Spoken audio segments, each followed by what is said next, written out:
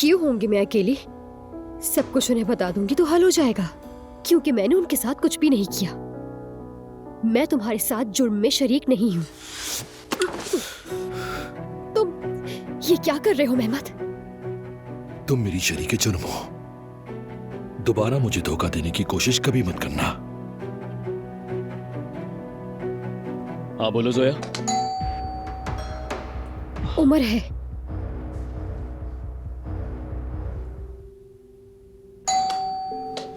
क्या करूं? उमर दरवाजे पर ही खड़ा है। इसमें घबराने की क्या बात है? रिलैक्स रहो, दरवाजा खोलो, देखो वो क्या कह रहा है। तुम ठीक तो हो ना? हाँ मैं ठीक हूँ। क्या हुआ? कुछ नहीं। खैर, अंदर कोई है क्या? नहीं।